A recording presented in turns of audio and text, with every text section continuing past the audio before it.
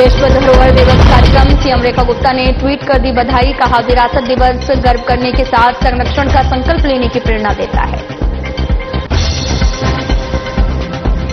8वां नववर्ष का उल्लासपूर्ण उत्सव कार्यक्रम। सर्बानंद सोनोवाल ने सीएम रेखा को दिया निमंत्रण। सीएम ने कहा, उत्सव में सम्मिलित होने का सौभाग्य प्राप्त हुआ।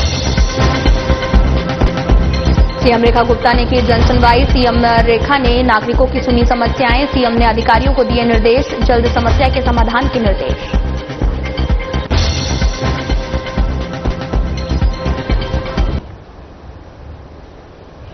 नमस्कार, मैं हूं आपके साथ अंकिता पाल। ब्यूटिंग की शुरुआत करते हैं। विश्व धरोहर दिवस मनाया जा रहा है और किसी भी देश के अतीत, उसकी संस्कृति और कला के सबूत को संभाल कर रखने के उद्देश्य से मनाया जाता है। दिल्ली के सीएम रेखा गुप्ता ने ट्वीट करते हुए कहा कि विश्व विरासत दिवस हमें अपनी ऐतिहासिक, सांस्कृतिक और प्राकृतिक विरासत पर गर्व करने के साथ साथ उसके संरक्षण का संकल्प लेने की प्रेरणा देता है। आइए हम सभी अमूल्य धरोहरों को सजोने और साथ ही उसके सुरक्षित रखने में अपनी भागीदारी निभाएं।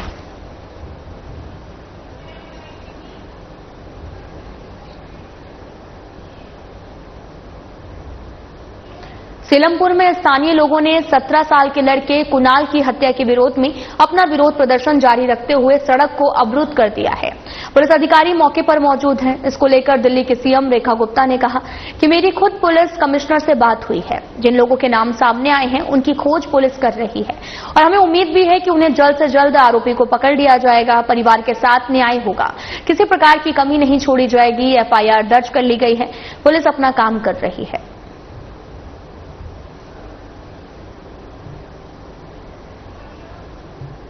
देखिए, मेरी खुद कमिश्नर पुलिस से बात हुई है। ये लड़का जिसकी उम्र कुणाल और 17-18 साल की उम्र थी, इनके ऊपर चाकुओं से जो हमला हुआ उसके बाद वो जयप्रकाश अस्पताल में ले जाए गए परिवार के द्वारा और ब्रॉड डेड उनको घोषित किया गया। और जिन लोगों के नाम हैं, जिसने हत्या के दोषी जिनको कहा जा रहा है, उनके पीछे लगातार पुलिस है और हमें पूरी उम्मीद है कि वो बहुत जल्द पकड़ लिए जाएंगे और परिवार के साथ पूरा न्याय होगा। कोई भी किसी भी प्रकार की इसमें कमी छोड़ी नहीं जाएगी। एफआईआर इत्यादि सारी चीजें दर्ज हो चुकी है, पुलिस अपना पूरा काम कर रही है। सीएम रेखा गुप्ता ने कहा कि केंद्रीय मंत्री श्री सर्बानंद सोनोवाल जी के निमंत्रण पर रोगाली बिहू और साथ ही 80वां नववर्ष के उल्लासपूर्ण उत्सव में सम्मिलित होने के लिए सौभाग्य प्राप्त हुआ है। यह आयोजन असम की समृद्ध सांस्कृतिक परंपरा, लोक संगीत और नृत्य और सामाजिक सौहार्द का सुंदर प्रतीक है। इस अवसर पर केंद्रीय मंत्री किरण रिजिजू भी उपस्थित रहे और साथ ही आपको यह भी बताते चलें कि नववर्ष की हार्दिक शुभकामनाएं भी दी हैं।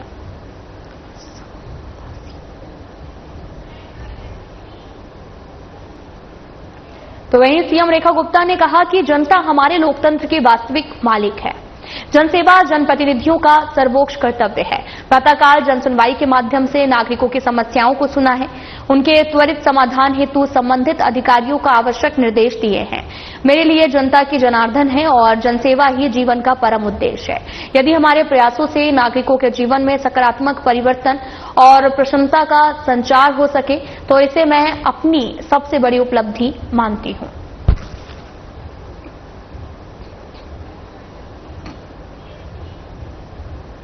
डिप्टी सीएम प्रवेश साहिब सिंह ने ट्वीट करके कहा कि मानवीय मूल्यों और सिद्धांत हैं।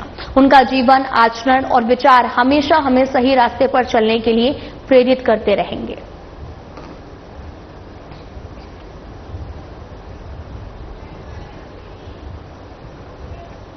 तो वहीं दिल्ली की सीएम रेखा गुप्ता ने शुक्रवार को राष्ट्रीय राजधानी के सबसे अधिक जलभराव वाले क्षेत्रों में एक मिंटो ब्रिज अंडरपास का निरीक्षण किया है। यह निरीक्षण मानसून से पहले की तैयारियों की समीक्षा के तहत किया गया। साथ ही मुख्यमंत्री रेखा गुप्ता के साथ इस मौके पर लोक निर्माण विभाग के मंत्री प्रवेश वर्मा भी मौजूद रहे। इसको लेकर सीएम रेखा गुप्ता ने बताया कि भारी बारिश के समय जल निकासी की व्यवस्था को बेहतर बनाने के लिए मिंटो ब्रिज पर स्वचालित पंप लगाए गए हैं। इसके साथ ही यहां पर 2.5 किलोमीटर लंबी पाइपलाइन भी बिछाई गई है, जिससे पानी का बहाव तेजी से हो सके। सीएम रेखा ने आगे ये भी कहा कि कर्मचारियों को हर समय ड्यूटी पर तैनात रखा जाएगा ताकि किसी भी आपात स्थिति से तुरंत निपटा जा सके।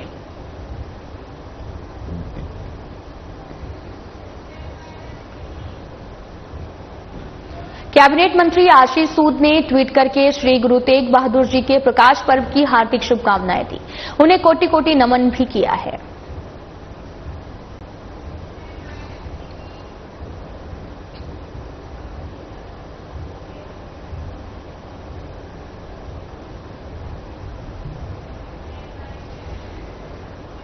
दिल्ली सचिवालय स्थित कार्यालय में मंत्री डॉक्टर पंकज कुमार सिंह ने जामिया हमदर्द के कुलपति प्रोफेसर अफसर आलम से भी मुलाकात की। इस दौरान उन्होंने शिक्षा और अनुसंधान के क्षेत्र में हो रहे कार्यों और भावी संभावनाओं को लेकर विचार विमर्श किया है। जामिया हमदर्द जैसी संस्थाएं युवाओं के उज्जवल भविष्य और समाज के विकास में महत्वपूर्ण योगदान दे रही हैं। तो वहीं संत श्री गुरु तेग बहादुर के प्रकाश पर्व पर मंत्री कपिल मिश्रा ने ट्वीट कर बधाई दी है। कपिल मिश्रा ने ट्वीट कर श्री गुरु तेग बहादुर के साहस की चर्चा की और कहा कि जिन्होंने अत्याचार के खिलाफ खड़े होने का साहस दिखाया, धर्म की रक्षा के लिए अपनी जीवन बलिदान दिया है, कश्मीरी पंडितों के साथ मजबूती से खड़े रहे। जब कोई और नहीं था तो उनकी विरासत बहादुरी, बलिदान और धर्म के प्रति प्रतिबद्धता की एक कालातीत प्रेरणा है।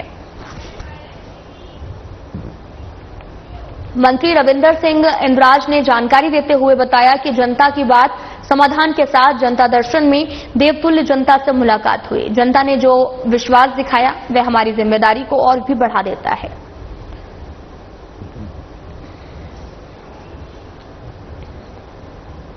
मंत्री आशीष सूद ने जानकारी देते हुए बताया कि दिल्ली सचिवालय में शहरी विकास विभाग की बजट पश्चात कार्य योजना की समीक्षा की गई है। तो वहीं दिल्ली में शहरी परिवर्तन को गति देने के लिए प्रमुख पहलों और कार्यान्वयन रणनीतियों पर उपयोगी चर्चा होगी।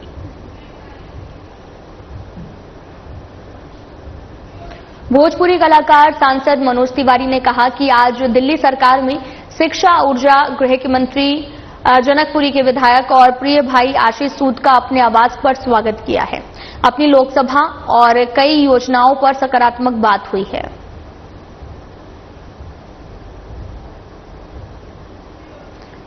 तो वहीं रविंदर सिंह इंद्राज ने सचिवालय स्थित कार्यालय में कई क्षेत्रों से आए हुए गणमान्य नागरिकों से मुलाकात करके विचार विमर्श भी किया है। समाज हित से जुड़े कई महत्वपूर्ण मुद्दों पर विस्तार से चर्चा हुई है। इंद्राज ने कहा कि सभी के सुझाव उनके लिए अमूल्य हैं और जनसेवा के पथ पर उन्हें और बेहतर कार्य करने की प्रेरणा देते हैं। मंत्री रविंदर सिंह इंद्राज ने सोशल मीडिया पर पोस्ट करते हुए 1857 के स्वतंत्रता संग्राम के अग्रणी वीर महान स्वतंत्रता सेनानी तात्या टोपे जी के बलिदान दिवस पर कोटि कोटि नमन। राष्ट्र के प्रति आपका समर्पण, बलिदान देशवासियों को सदैव प्रेरणा देता रहेगा।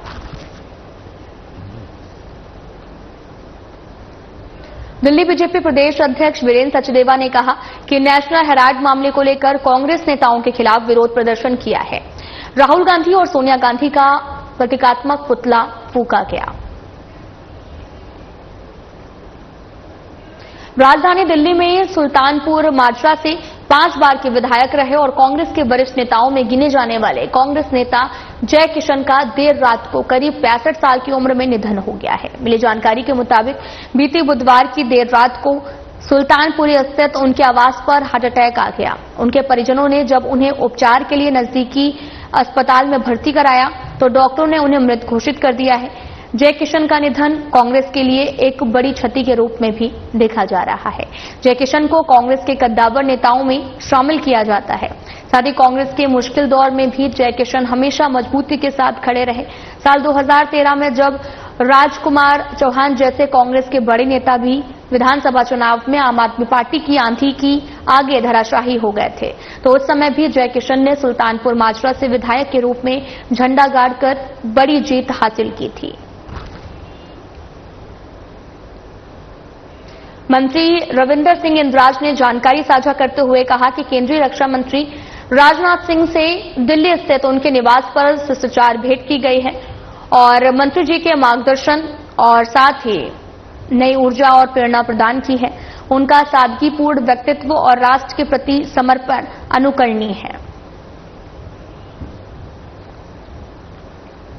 मंत्री डॉक्टर पंकज कुमार सिंह ने ट्वीट कर विश्व विरासत दिवस की बधाई दी। विश्व विरासत दिवस सबको अपने ऐतिहासिक, सांस्कृतिक और प्राकृतिक विरासत पर गर्व करने के साथ साथ उसके संरक्षण का संकल्प लेने की प्रेरणा देता है। आइए हम सभी अमूल्य धरोहरों को भी सहेजने और साथ ही सुरक्षित रखने में अपनी भागीदारी निभाएं। सरदार मनजिंदर सिंह सिरसा कल स्वाति वर्मा के जन्मदिन के शुभ मौके पर भाई प्रवेश वर्मा जी के घर पर परमहंस महामंडलेश्वर परम पूज्य स्वामी कैलाशानंद गिरि जी महाराज, महामंडलेश्वर स्वामी आशुतोषानंद गिरि जी और महामंडलेश्वर मधुसूदन नंद जी के दर्शन और आशीर्वाद प्राप्त हुए हैं।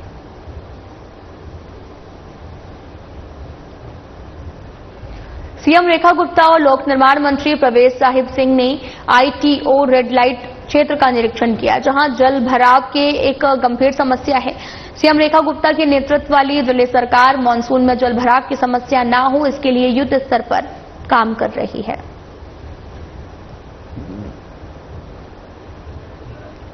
तो वहीं राजधानी दिल्ली स्थित एशिया की सबसे बड़ी आजादपुर मंडी में देर शाम अचानक से भीषण आग लग गई है। आजादपुर मंडी की अंदर एक दुकान में लगी आग से पूरे इलाके में हड़कंप मच गया और आग लगने की जानकारी जैसे ही आसपास के दुकानदारों को लगी, उन्होंने तुरंत दमकल विभाग को इस बारे में सूचना दी, जिसके बाद दमकल की गाड़ी मौके पर पहुंची, आग को काबू किया गया। इसमें कोई सुरक्षित बचा लिए, लेकिन लाखों का माल जलकर पूरी तरह से राख हो गया है। कहाँ लगी आग? ये आजादपुर मंडी में सिविल में। कितना नंबर दुकान पे? सर 600 के 15 सामने। किस चीज की दुकान थी? ये आम की थी। किसी को कोई नुकसान वगैरह? नुकसान हुआ सर। कितना? सर ये नुकसान हुआ आम वाले का हुआ। किसी के चोट वगैरह? चोट वगैरह नहीं है। चोट वगैरह नहीं है? नहीं सर। फायर की गाड़ी कितनी देर में आ गई? 2 घंटे बाद आई था। तब तक सब कुछ जल चुका? सब कुछ जल चुका, आग बुझा भी चुका था। अच्छा, उसके बाद गाड़ी? सर जी सर। कितने बजे की आग लगी हुई थी? ये सलम समय हुआ लगा है 7:30 8 बजे। 7:30 8 बजे? हाँ जी। और गाड़ी कितने बजे आई? समय आ गया सर 9 बजे आई। जीटीबी एन्क्लेव में युवती की नृशंस हत्या का क्राइम ब्रांच ने 48 घंटे के भीतर पर्दाफाश किया है। हत्या के बाद फरार होने के दौरान आरोपी को हरियाणा के करनाल से गिरफ्तार किया है। साथ ही अपराध में इस्तेमाल किए गए हथियार को बरामद करने के प्रयास जारी हैं। आरोपी की पहचान रिजवान के रूप में हुई है। दरअसल बीते 14 अप्रैल की रात को एक सनसनीखेज और क्रूर हत्या के मामले में ट्रांस यमुना क्षेत्र में सनसनी फैल गई है, जब एक 20 साल की लड़की की गोली मारकर हत्या कर दी गई। लड़की को 2 गोलियां लगी हैं और जिससे उसकी मौत हो गई। लगातार पूछताछ के दौरान रिजवान ने अपना कबूलनामा किया और उसने खुलासा भी किया कि उसने मृतक को पहली बार दिल्ली के आनंदग्राम इलाके में लगभग 2 से 3 महीने पहले देखा था, जहां वो एक निर्माण स्थल पर वेल्डर के रूप में काम कर रहा था। उसने उसे इंस्टाग्राम पर फॉलो करना शुरू कर दिया। आखिरकार उसने उसे प्रपोज किया, लेकिन लड़की के कथित तौर पर किसी की भी शारीरिक अंतरंगता का विरोध किया है। 14 अप्रैल की शाम की है, जिसमें 20 साल की उम्र की लड़की को गोली लगने की घटना जीटीबी एन्क्लेव थाने में रिपोर्ट होती है। उपयुक्त धाराओं में केस दर्ज हुआ और चूंकि ये 20 साल की लड़की को गोली लगने की से हुई हत्या का मामला था, सेंसेशनल मैटर था, ऐसे में लोकल पुलिस के साथ साथ दिल्ली पुलिस की लगभग सभी टीमें लग गई थी। सभी ने मिलकर काम किया, लेकिन आईएससी टीम में एसीपी रमेश लांबा के नेतृत्व में इंस्पेक्टर पंकज मलिक की टीम में, जिसमें Rohit Kumar, SI Amit Kumar, ASI Sanjeev Kumar, Suresh Kumar, head constable Gajendra Singh, Narendra Kumar और कांस्टेबल रविंद्र कुमार और दिनेश कुमार की टीम ने इसे बेहतरीन काम करते हुए जो ट्रेल करना शुरू किया और टेक्निकल सर्विलेंस के थ्रू करनाल में नीलकंठ ढाबा नाम की जगह पे उसे दबोच लिया, उसे गिरफ्तार कर लिया। शुरुआती इन्वेस्टिगेशन में यह पता लगा कि यह रिजवान नाम का व्यक्ति जो 19 साल का लड़का है, यह वेल्डर का काम करता था और वेल्डिंग का काम करते हुए किसी कंस्ट्रक्शन साइट पे इस लड़की को मिलना हुआ, देखना हुआ। उसके बाद इंस्टाग्राम पे इसे फॉलो करना हुआ। उसके बाद इन दोनों की आपस में बातचीत होना शुरू हुई, मिलना जुलना शुरू हुआ। लेकिन मोड़ तब आया जब 10-15 दिन पहले इसने किसी और लड़के के साथ उसे देखा और उसके बाद से इसका विरोध करता रहा और लड़की ने इसकी बातों को नजरअंदाज किया और कहा कि ये उसकी अपनी लाइफ है, लेकिन यह माना नहीं और आखिर में कल की 14 अप्रैल की शाम को इसे इंस्टाग्राम के थ्रू एक जगह पे बुलाता है। हालांकि प्री प्लान्ड वे में यह जाता है और लड़की ने जैसा कि वो विरोध जता रही थी उसने फिर से विरोध किया। इन दोनों के बीच हीटेड आर्ग्यूमेंट हुआ और ऐसे में उसने भारत का वांटेड आतंकी हैप्पी पासिया को यूएस में आपको बताते चलें कि आइस की हिरासत में ले लिया गया है और हाल ही में पंजाब में 14 की ज्यादा जो वारदातों को अंजाम दे चुका है। साथ ही पाकिस्तान आईएसआई और आतंकी रिंदा और साथ ही BKI बब्बर खालसा इंटरनेशनल के साथ मिलकर पंजाब में कई आतंकी वारदातों को दिलवा चुका है अंजाम। और साथ ही आपको ये भी बताते चलें कि NIA ने भी इस आतंकी पर 5 लाख का इनाम घोषित किया था और फिलहाल जांच चल रही है।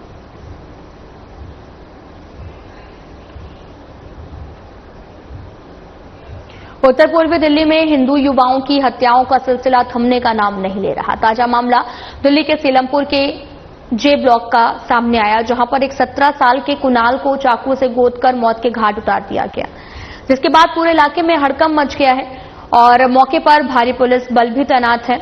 वहीं पुलिस हत्यारों की तलाश में जुटी हुई है। दरअसल दिल्ली के सीलमपुर इलाके का रहने वाला 17 साल का कुणाल घर से दूध लेने के लिए दुकान पर गया था, लेकिन कुछ चाकूबाजों ने उसको घेर लिया और शिव मंदिर के पास ले जाकर उस पर धारदार हथियार से हमला कर दिया। एक के बाद एक लगातार वार किए गए। वहीं कुणाल की हत्या से पूरे इलाके में तनाव का माहौल बनता दिखा जा रहा है और साथ ही इलाके में भारी पुलिस बल तैनात कर दिए गए हैं। साथ ही आरोपियों की धरपकड़ के लिए लगातार छापेमारी भी जारी है। कोई बारदार दूध लेने आया था खाली बस। पहले किसी बच्चे से झगड़ा हुआ होगा और पड़ोसियों के बच्चों से, तो हमारे बच्चे के इन्होंने चाकू मार दिया सर में, इसी लड़के ने।